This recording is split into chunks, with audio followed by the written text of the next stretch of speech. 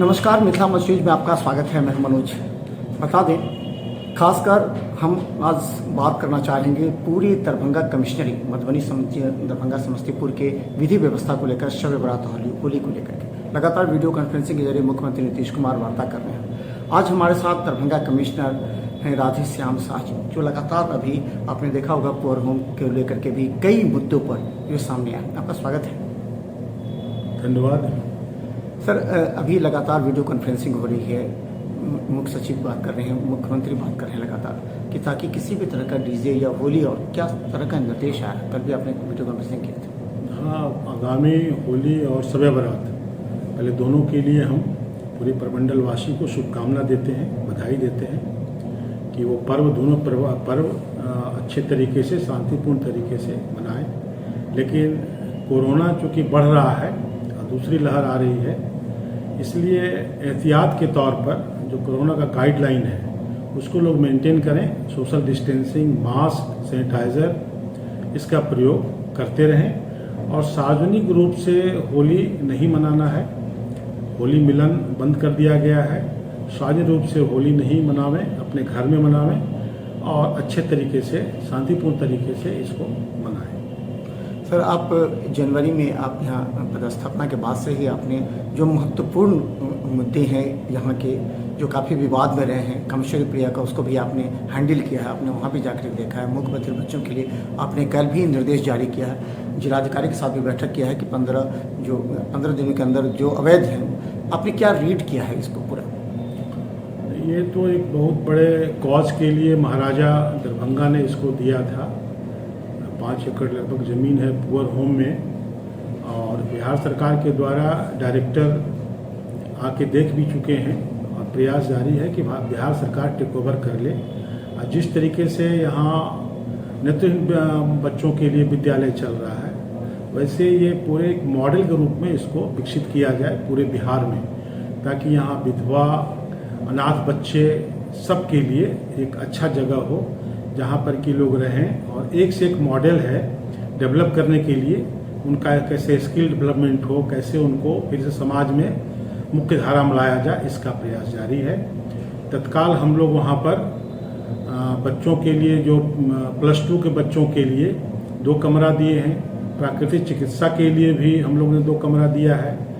और जो Braille library है, जो बुनियाद में चल रहा है, उसको भी हम लोग यहाँ लाने के लिए निर्देश दिए हैं, ताकि बच्चों को, विकलांग बच्चों को कहीं बाहर नहीं जाके यही लाइब्रेरी का फ़ायदा उन लोग द्वारा उठाया जा सके। खासकर बता दें, ये मुद्दा काफ़ी दिनों से पड़ा था। कई कमिश्नर आए थे, उन्होंने एक एक पॉइंट पर बात की थी, और ये यहाँ से लेकर के पटना तक। अभी आप पंचायत चुनाव को लेकर के आपने काफ़ी गंभीरता से रीड किया होगा, जो कई बार आपने बैठक भी की है इस संबंध में। क्या रीड किया है, किस तरह जल नल योजना को लेकर के, 7 निश्चय योजना जो मुख्यमंत्री का ड्रीम प्रोजेक्ट है, उसको लेकर के क्या आपने अनुभव किया? नहीं, मुख्यमंत्री जी का जो 7 निश्चय योजना प्रथम है, वो तो काफ़ी सफल रहा है। थोड़ा बहुत जो शिकायत मिला है, उसके विरुद्ध तीनों जिलाधिकारी द्वारा प्राथमिकी दर्ज किया गया है और कार्रवाई की जा रही है। और निश्चय 2 और फाइनल स्टेज में है, उसको भी हम लोग भी बहुत ही उत्साहपूर्ण तरीके से उसको लागू करेंगे।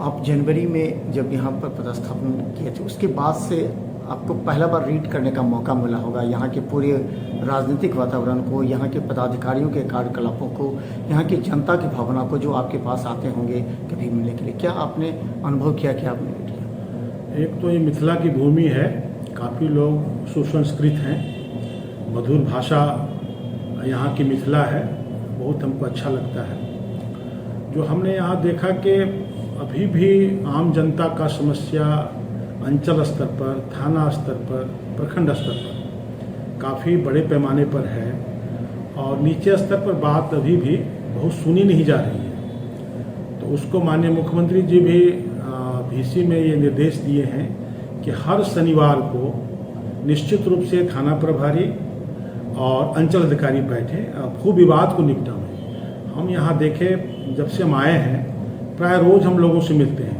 भू विवाद का ही समस्या मैक्सिमम मेरे पास आता है। इसका मतलब है कि थाने स्तर पर उसका निपटारा नहीं हो पा रहा है, और मंडल स्तर पर बैठना है 2 सप्ताह में, SDO SDPO को, और जिला स्तर पर कलेक्टर SP को महीना में 1 बार। तो इसको अच्छे तरीके से, इफेक्टिव तरीके से लागू किया जाना है। इसके लिए भी परसों माननीय मुख्यमंत्री जी ने हिदायत दिया है और हमें अंदाज है कि होली के बाद इस पर काफ़ी गंभीरता से काम होगा और लोगों का समस्या प्रखंड स्तर पर ही सुलझाने का प्रयास होगा।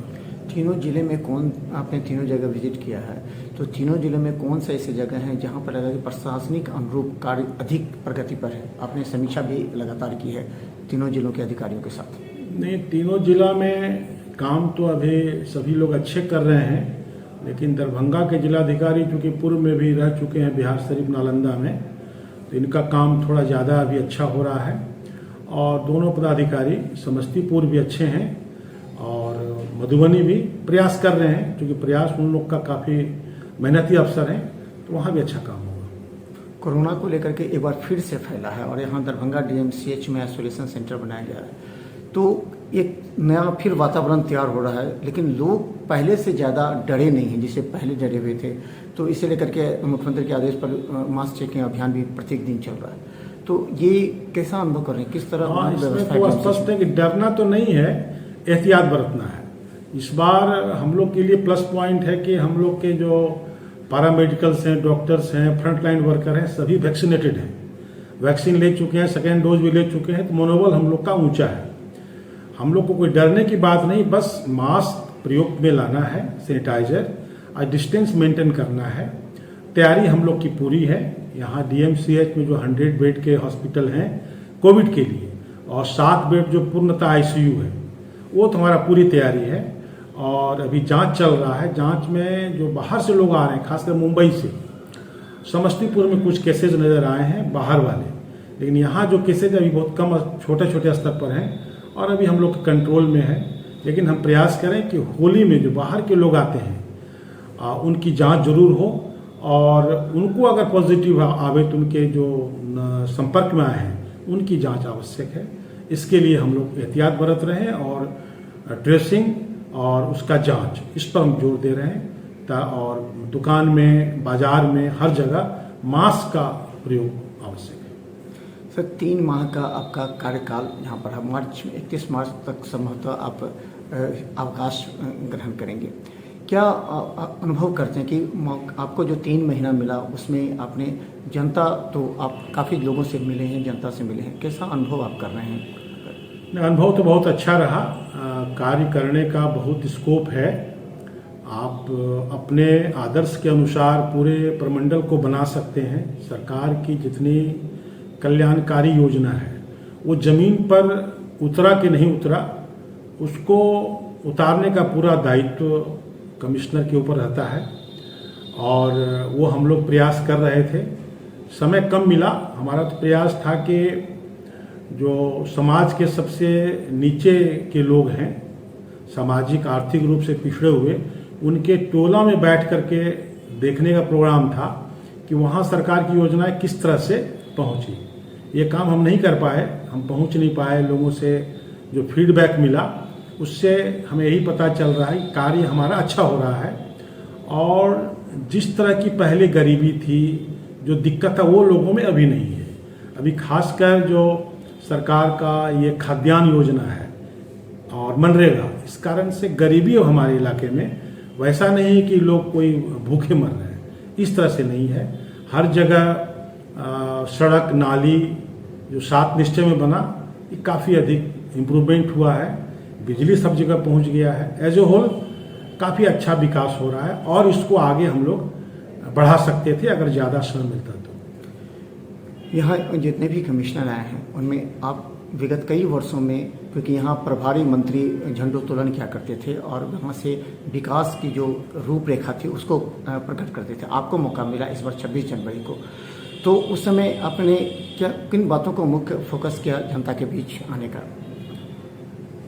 हाँ, ये तो बहुत ही अच्छा मौका था और इसमें जो हम लोगों ने ध्यान दिया कि विकास को कैसे आगे बढ़ाया जाए और जिला प्रशासन द्वारा जो कार्य किया जा रहा है उसको हम लोग ने हाईलाइट किया और प्रयास किया कि वो आगे आम जनता तक पहुँचे। एक इसमें उल्लेखनीय बात था कि जिलाधिकारी दरभंगा के द्वारा जो वंडर ऐप निकाला गया, उसको बिहार सरकार ने 5-6 जिले में रिप्लिकेट किया, अनुकरण किया। ये बहुत अच्छा ऐप है। इसके माध्यम से जो गर्भवती माताएं हैं उसका मॉनिटरिंग किया जाता है और इतना अच्छा वो ऐप बना हुआ है कि कोई भी ANM उसका हर एक चीज़ पर ध्यान दे सकती है। क्या करना है, अगर खून की कमी है तो क्या करना है, बहुत डिटेल है। ये हमको बहुत अच्छा लगा और ये अच्छा प्रयास है। उसी तरह से यहाँ जो एम्स है या एयरपोर्ट है, ये तो बहुत बड़ी उपलब्धि है। एयरपोर्ट अभी जो हम देख रहे हैं, ये आने वाले कुछ समय में ही पटना को भी, पटना एयरपोर्ट इसे सामने में छोटा हो जाएगा। जितना वर्कलोड यहाँ है, जितना यहाँ पैसेंजर का लोड है, तो इसमें हम लोग सभी लोग अच्छा प्रयास कर रहे हैं। एम्स में अब मिट्टी का भराई कार्य शुरू होना है और मिट्टी भराई कार्य शुरू होगा, बाउंड्री वॉल होगा, तो माननीय प्रधानमंत्री का भी शिलान्यास कार्यक्रम यहाँ होगा।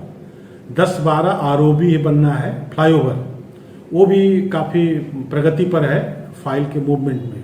अगर वो हो जाता है तो जो जाम देखते हैं हम लोग दरभंगा में, वो जाम नज़र नहीं आएगा, लोगों को बहुत अच्छा लगेगा।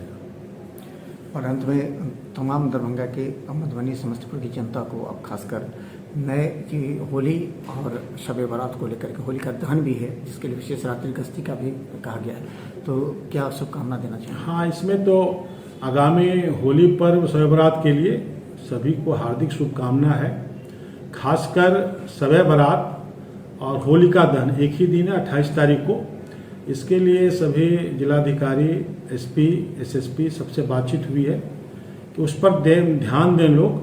जहाँ पर होलिका दहन और शब बारात एक ही जगह मनाया जाएगा, वहाँ हमारे स्नेह पदाधिकारी कैंप करेंगे और अच्छे वातावरण में सौहार्दपूर्ण तरीके से दोनों पर मनाया जाने का हम लोगों ने निर्देशित किया है। व्यापक डेपुटेशन, पुलिस फोर्स, मजिस्ट्रेट की पोस्टिंग डेपुटेशन हो रहा है। अब ब्रीफिंग किया गया है कि सभी लोग मिल के इस पर्व को अच्छा से मनावें, साथ साथ कोरोना का भी ध्यान रखें। तो हम बता दें, हमारे साथ दरभंगा के प्रमंडलीय आयुक्त राधे श्याम शाह जी हैं, जो लगातार आने के बाद से ही पूरी तरह खुल करके सभी अधिकारियों के साथ, मीडिया के साथ, आम जनता के साथ जिस तरह उन्होंने व्यवहार किया। कई अधिकारियों को आने के कुछ समय लगते हैं, इन्होंने कई ऐसी उपलब्धियां इतने ही दिन में हासिल कर ली है जो लोगों के लिए यादगार रहेगा। तो देखते रहिए बिहार मिथिला न्यूज़ पर हर अपडेट खबर YouTube सब्सक्राइब करें। धन्यवाद।